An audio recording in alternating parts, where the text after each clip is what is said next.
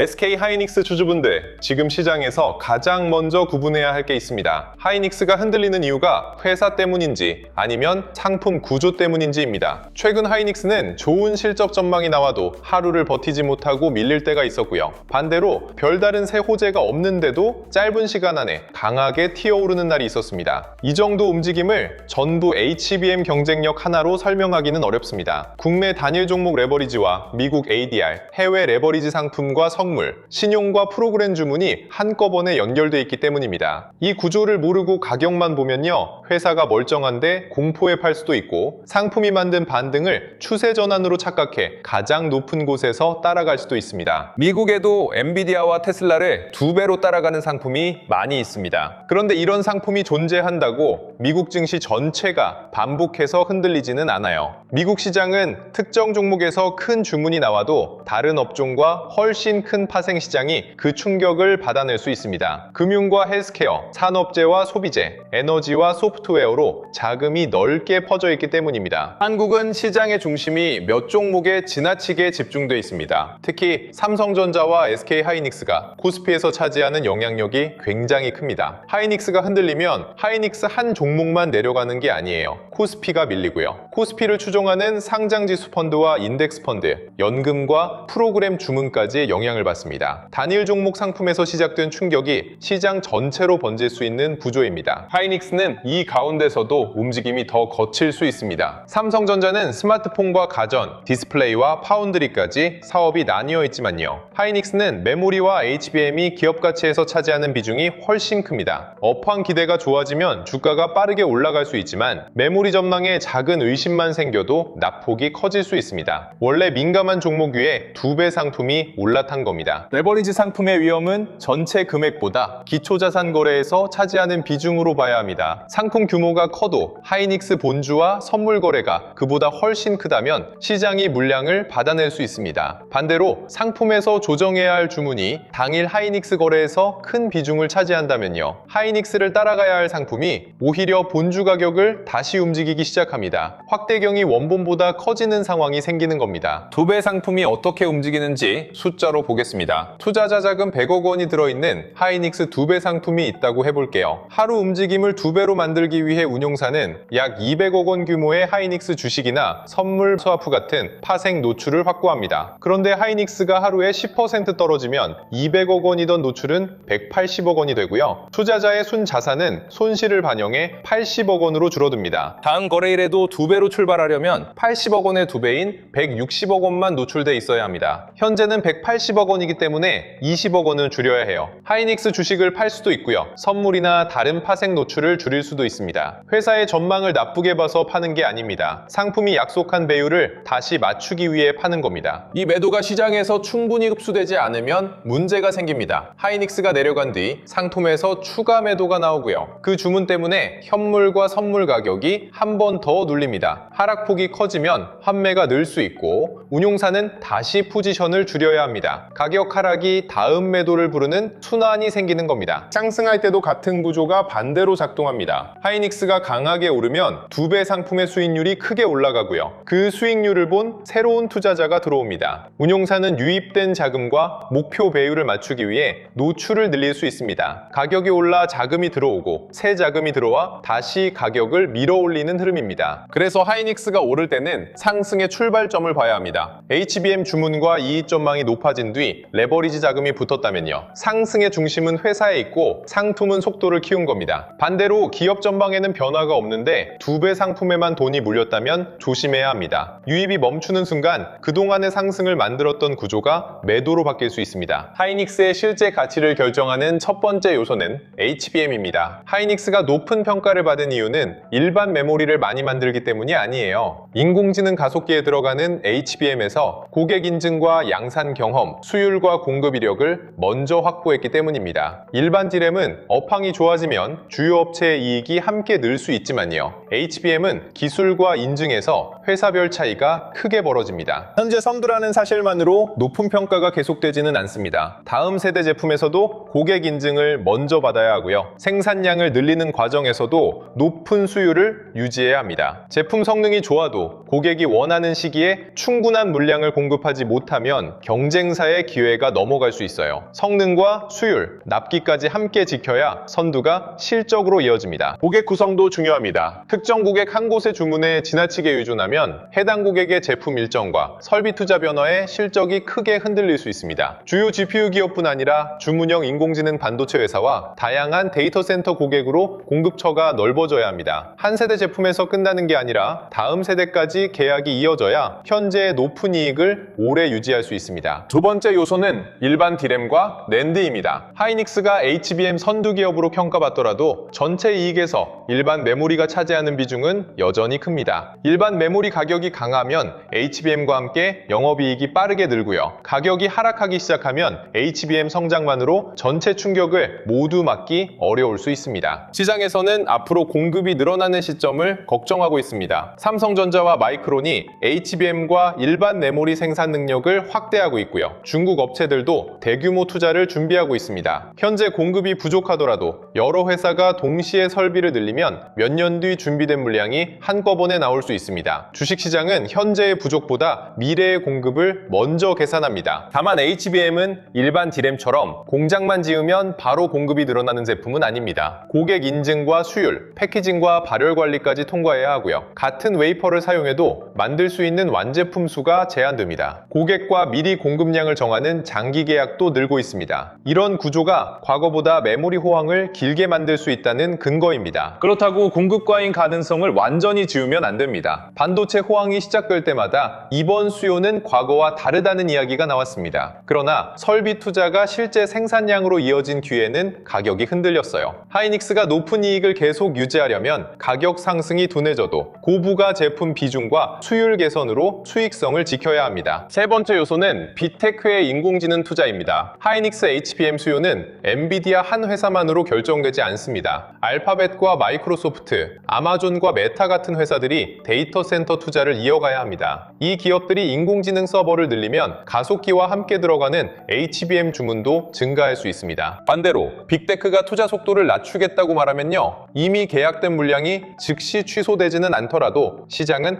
몇 분기 뒤의 주문부터 줄여 계산합니다. 하이닉스가 현재 큰 돈을 벌고 있어도 미래 이익이 낮아질 것으로 예상되면 주가는 먼저 움직일 수 있습니다. 메모리 기업은 현재 실적보다 다음 분기와 매년의 방향에 더 민감합니다. 데이터 센터 투자는 반도체 구매로 끝나지 않습니다. 전력과 냉각, 토지와 네트워크에도 막대한 자금이 들어갑니다. 인공지능 서비스에서 투자한 만큼 매출이 나오지 않으면 빅테크 주주들은 설비 투자 속도를 낮추라고 요구할 수 있어요. 하이닉스 실적을 판단할 때 고객사의 투자 규모와 수익화 속도까지 봐야 하는 이유입니다. 네 번째 요소는 경쟁사의 추격입니다. 하이닉스가 지금 앞서 있다고 그 위치가 계속 보장되는 건 아닙니다. 삼성전자는 메모리와 파운드리, 첨단 패키징을 한 회사 안에서 연결할 수 있고요. 마이크론도 미국 내 생산과 고객 접근성을 바탕으로 HBM 투자를 늘리고 있습니다. 고객은 한 공급사에 모든 물량을 맡기지 않으려 할 수 있습니다. 공급 안정성과 가격 협상력을 위해 여러 회사를 확보하려 하거든요. 하이닉스가 선두를 유지하려면 먼저 제품을 만든 것에서 끝나면 안 됩니다. 성능과 수율, 납기와 가격까지 고객이 계속 하이닉스를 우선 선택할 이유가 필요합니다. 다섯 번째 요소는 투자와 생산 능력입니다. 하이닉스는 HBM 수요에 대응하기 위해 생산 시설과 첨단 패키징에 큰 돈을 투입해야 합니다. 수요가 계속 강하면 생산 능력을 먼저 확보한 회사가 더 많은 주문을 가져갈 수 있습니다. 반대로 수요 증가가 예상보다 늦어지면 감가상각과 고정비가 이익률을 압박할 수 있습니다. 투자 금액이 크다고 기업 가치가 자동으로 높아지는 건 아닙니다. 확고한 생산 능력이 실제 고객 주문과 추가 영업이익으로 연결돼야 합니다. 공장을 먼저 지어 시장을 선점하면 좋은 투자가 되고요. 수요가 늦어져 시설이 충분히 돌아가지 않으면 비용 부담이 됩니다. 회사에서 얼마를 투자했는지보다 그 돈이 언제부터 이익을 만드는지가 중요합니다. 하이닉스에는 국내 시장만 봐서는 놓치는 변수가 있습니다. 바로 미국 ADR입니다. 한국장이 끝난 뒤에도 미국에서 하이닉스를 기초로 한 상품이 거래되고요. 홍콩을 비롯한 해외 레버리지 상품까지 연결돼 있습니다. 국내 거래가 끝났다고 하이닉스 가격을 둘러싼 움직임이 멈추는 게 아닙니다. 밤사이 미국 ADR이 크게 오르면 다음날 국내 하이닉스도 강하게 출발할 거라는 기대가 커질 수 있습니다. 반대로 미국에서 급락하면 국내 시초가부터 공포가 반영될 수 있어요. 다만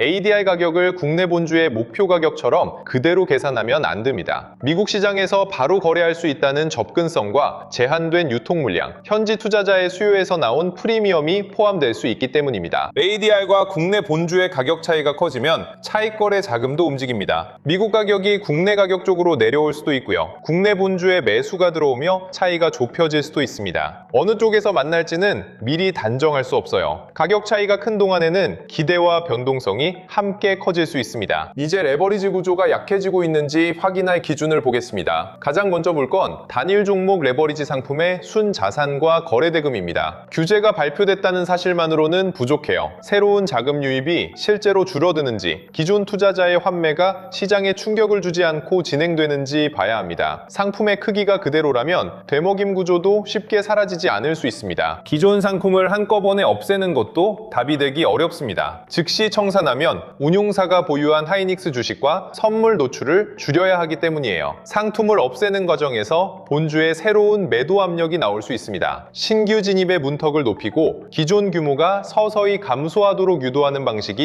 필요한 이유입니다. 두 번째로 볼 건 장 후반 움직임입니다. 두 배 상품은 다음 거래일의 목표 배율을 맞추기 위해 포지션을 조절합니다. 새로운 뉴스가 없는데도 장 후반 하이닉스가 갑자기 크게 오르거나 내려간다면요. 리밸런싱과 프로그램 주문이 영향을 주고 있을 수 있습니다. 거래가 끝나기 직전에 이유 없는 급등락이 줄고요. 장중 흐름이 이전보다 안정된다면 상품 주문이 가격을 지배하던 정도가 약해지고 있다는 신호가 될 수 있습니다. 이건 매수 신호가 아닙니다. 하이닉스 가격이 다시 실적과 수급에 따라 움직일 수 있는 환경이 만들어지는지 보는 기준입니다. 세 번째는 외국인 현물의 연속성입니다. 외국인이 선물만 빠르게 사고 팔면 짧은 움직임을 노리는 거래일 수 있습니다. 하이닉스 현물을 며칠 동안 꾸준히 사고요. 조정이 나오는 날에도 물량을 받아간다면 회사의 이익과 경쟁력을 보고 비중을 늘리는 흐름에 가까워집니다. 하루 순 매수만으로는 부족합니다. 다음 거래일에 더 큰 매도가 나오면 일회성 거래로 끝날 수 있어요. 며칠 동안 누적 매수가 이어지는지, 기관과 연기금도 같은 방향으로 움직이는지 확인해야 합니다. 하이닉스처럼 시가총액이 큰 종목은 장기 자금이 연속적으로 들어와야 안정적인 추세를 만들 수 있습니다. 네 번째는 미국과 국내 가격의 균형입니다. ADR은 급등하는데 국내 본주가 따라가지 못하고요. 미국 가격이 다시 크게 밀린다면 제한된 유통 물량에서 나온 단기 움직임일 수 있습니다. 반대로 두 시장의 가격 차이가 줄어들면서 같은 방향으로 안정된다면 미국 수요와 국내 수급이 균형을 찾아가는 과정으로 볼 수 있습니다. 다섯 번째는 메모리 업종 전체의 흐름입니다. 하이닉스만 오르면 선두주의 단기 자금이 몰린 것일 수 있습니다. 삼성전자와 마이크론, 필라델피아 반도체 지수까지 함께 안정돼야 업종 전체의 투자 심리가 회복됐다고 볼 수 있어요. 한 종목의 낙폭, 과대 반등과 메모리 사이클의 반향 전환은 다릅니다. 레버리지 상품의 영향이 줄어든다고 하이닉스가 자동으로 올라가는 건 아닙니다. 상품이 만든 소음이 약해진 뒤에는 회사의 실적이 더 선명하게 드러납니다. 빅테크 설비 투자가 유지되고요. 하이닉스가 다음 세대 HBM 인증과 장기 계약을 보여준다면 시장은 수급 충격과 기업 가치를 분리해서 볼 수 있습니다. 반대로 상품 규모가 줄어든 뒤에도 고객 주문과 예상 이익이 낮아진다면요. 그때는 하락을 전부 레버리지 탓으로 설명할 수 없습니다. 상품의 문제가 줄었는데도 펀더멘털이 약해진다면 새로운 판단이 필요합니다. 그래서 지금은 상품과 기업을 한 덩어리로 보면 안 됩니다. 하이닉스 본주를 장기 보유하는 것과 두 배 상품을 장기 보유하는 건 같은 전략이 아닙니다. 본주는 HBM과 일반 메모리에서 발생하는 이익에 따라 다시 평가받을 수 있습니다. 반면 레버리지 상품은 매일 배율을 다시 맞추기 때문에 변동성이 반복될수록 가치가 줄어들 수 있어요. 회사에 대한 확신이 상품 수익률까지 보장하지는 않습니다. 가장 대표적인 위험이 음의 복리입니다. 하이닉스가 나중에 처음 가격으로 돌아오면 두 배 상품도 원래 가격으로 돌아올 거라고 생각하기 쉽습니다. 그런데 하루 수익률을 기준으로 다시 계산되는 상품은 중간에 어떤 경로로 움직였는지가 중요해요. 오르고 내리는 흐름이 반복되면 본주는 제자리여도 상품에 손실이 남을 수 있습니다. 있습니다. 100원짜리 자산이 50% 떨어지면 50원이 됩니다. 이후 50%가 오르면 75원이에요. 떨어진 비율과 오른 비율이 같아도 원금으로 돌아오지 못합니다. 2배 상품에서는 하루 움직임이 더 크게 반영되기 때문에 이런 차이가 빠르게 누적될 수 있습니다. 정방향뿐 아니라 인버스도 무조건 안전한 건 아닙니다. 하이닉스가 장기적으로 내려갔더라도 중간에 급등과 급락이 반복되면요.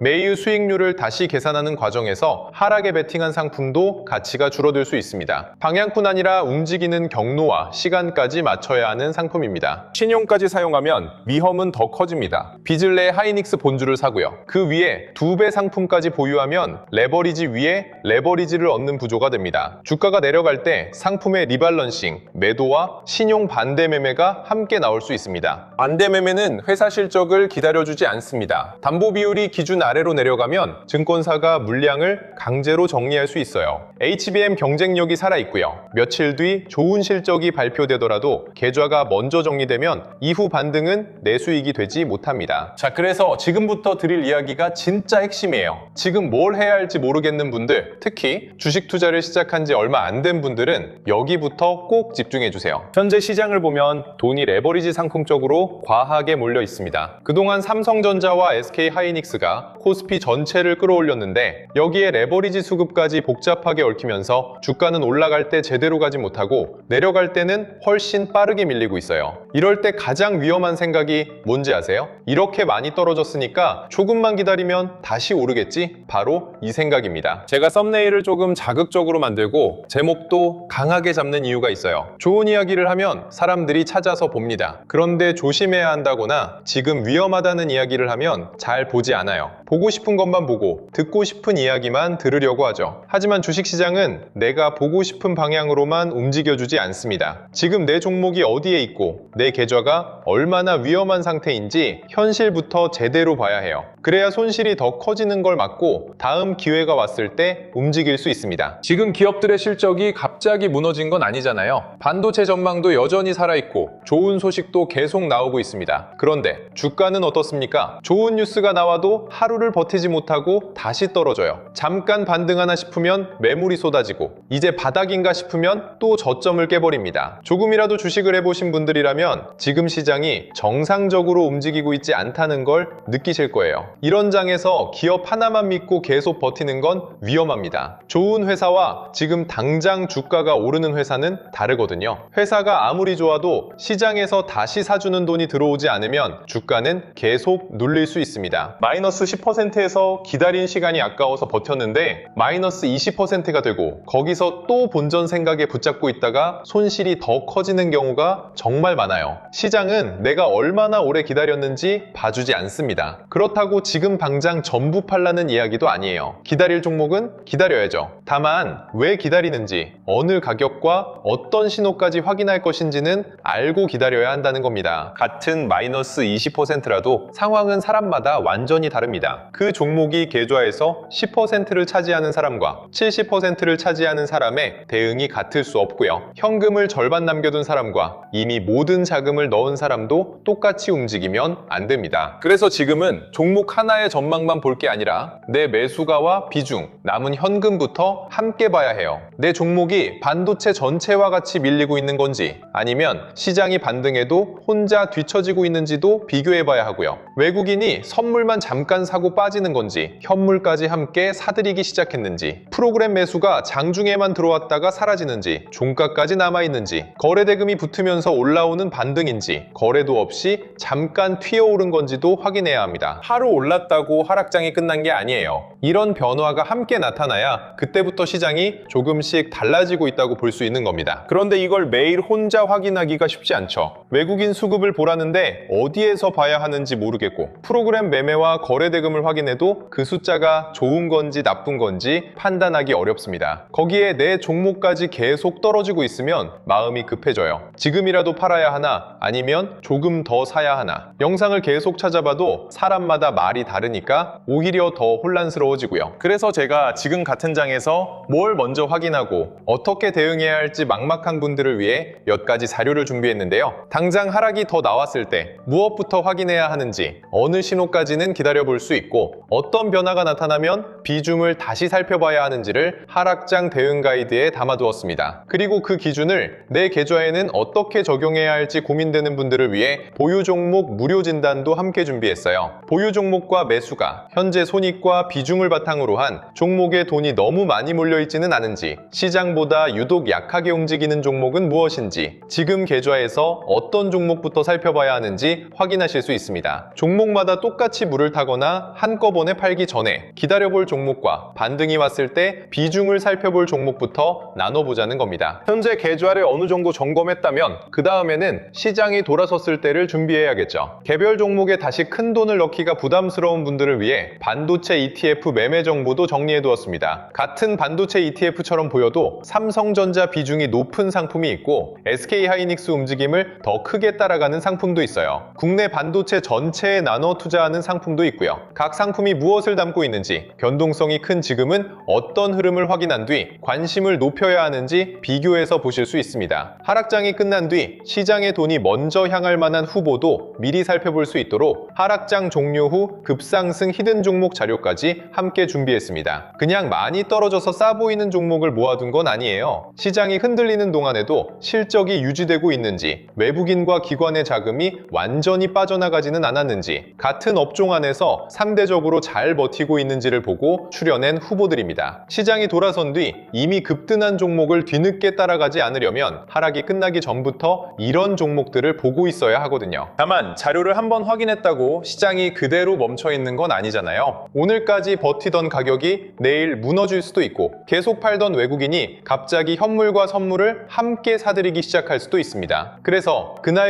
달라지는 시황과 가격 변동성까지 이어서 확인할 수 있도록 주도주 알림센터도 같이 열어두었습니다. 레버리지로 꼬였던 수급이 조금씩 풀리는지, 외국인 자금이 다시 들어오는지, 반도체에서 빠져나온 돈이 어느 업종으로 향하는지를 시장 변화에 맞춰 살펴보실 수 있어요. 여기까지 말씀드린 자료들 100% 무료로 여러분들께 공유드릴 겁니다. 자료 보시는 방법 정말 간단하고요. 우선 채널 구독과 영상 좋아요 한 번씩 꾹 눌러주세요. 그리고 영상 아래 설명란 링크나 고정 댓글에 링크를 누르면 신청 페이지가 나오는데요. 원하시는 자료 눌러주시고 간단한 정보만 입력해주시면 완료가 됩니다. 다른 채널들처럼 신청하시면 연락 주겠다, 순차적으로 자료 보내드리겠다, 뭐 이런 식으로 말하면서 자료도 안 주고 연락도 안 주는 그런 타 채널이 있는 것 같은데, 저는요, 여러분들이 신청이 끝나는 순간 바로 무료 자료들이 열리고 앞에서 말씀드린 하락장 대응 가이드와 보유 종목 무료 진단, 반도체 ETF 매매 정보와 히든 종목 자료를 그 자리에서 바로 확인하실 수 있게끔 만들어 놨습니다. 지금 보유 종목이 가장 걱정된다면 내 계좌부터 점검해보고 추가 하락에 어떻게 대응해야 할지 막막하다면 하락장 대응 기준부터 살펴보시면 돼요. 이후 시장이 돌아섰을 때를 준비하고 싶다면 반도체 ETF와 히든 종목 자료까지 이어서 확인하시면 되고요. 신청할 때 남겨주신 연락처로는 이후 외국인 수급이나 가격 변동성에 중요한 변화가 나타났을 때 주도주 알림센터 이용 방법과 필요한 시장 안내를 전달해 드립니다. 그러니까 지금 필요한 자료는 신청한 자리에서 바로 확인하고 내일 이후 달라지는 시장 흐름은 알림센터를 통해 계속 이어서 살펴보실 수 있는 구조예요. 자, 여러분들, 이미 발생한 손실을 없었던 일로 만들 수는 없습니다. 하지만